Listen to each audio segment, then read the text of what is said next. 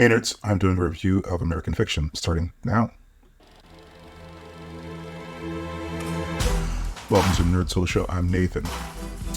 Hey, so, this movie just came out. I watched it a few weeks ago in a press screening, and I've been putting off doing a review of this a little bit because I wasn't sure what I thought about the movie. I liked it quite a bit, but there was a little bit of a gap between my expectations given the trailer and the movie that I saw. It wasn't like a gulf, but there was a little bit of a gap.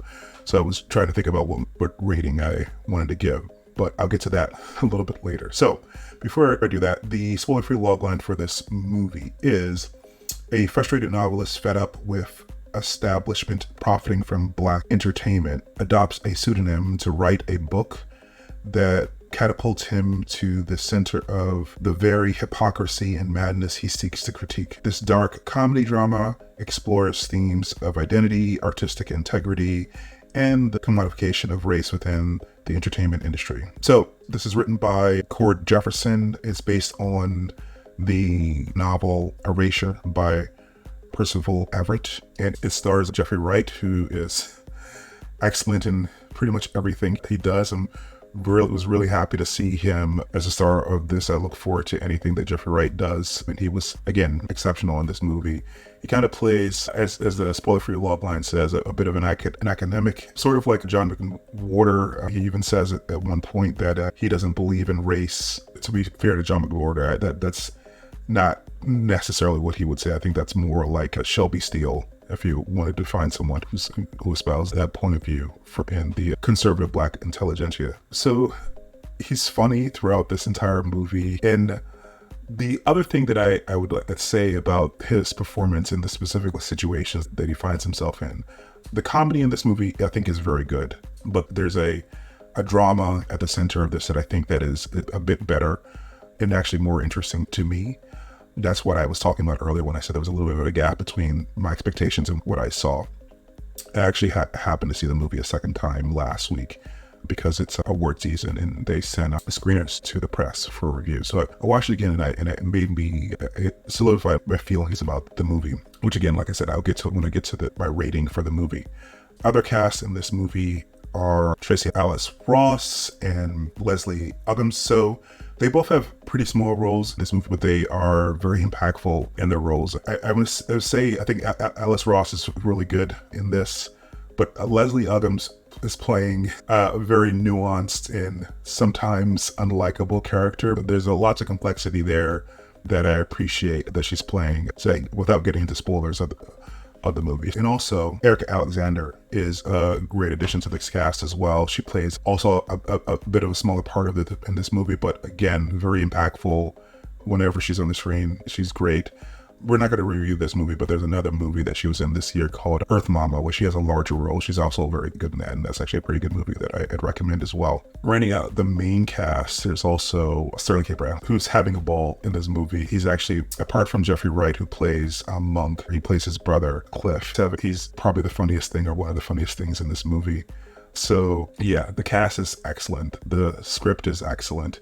As I said earlier, the script was written by the director, Cord Jefferson. I think this is the first feature that he's directed. And honestly, I think that he should have probably been nominated for Best Director in Golden Globes or the Critics' Choice. This is something I've been saying a lot because I also think the director of Color Purple should have been nominated as well. At the very least, he should have been nominated for Best Adapted Screenplay. But yeah, and his past work includes work on Survivor's Remorse, The Larry Wilmore Show, Masters of None, The Good Place, Watchmen, the show from 2019, and Station 11. That's a pretty cool, eclectic background, and he brings all of that to this movie. It's a very well-written movie. I would say that this movie made me think of two movies that Tessa Thompson was in. So the central, I guess, critique of a certain kind of Black media isn't a new conversation in Black circles. It made me think of the critique of Tyler Perry in the Dear White People movie from almost a decade ago. Man, Tyler Perry. Yeah, can we have a movie with, characters in them instead of stereotypes wrapped in Christian dogma? Why is every educated person inherently evil? Why is this in a dress all the time? How How come the only black movies Hollywood wants to make are ones with black mammies in fat suits? Or black women in pain, man. So basically, we got black people dying in the past and black people dying in the present. And even further back, these conversations have been happening within the black community. If you stretch back to the 1930s with Zora Neale Hurston, she was criticized by a lot of her contemporaries, a lot of men like Richard Wright, Ralph Ellison, and Alain Locke for writing in the common vernacular of the rural Black South, and that sort of Monk's issue with Issa Rae's character in this movie.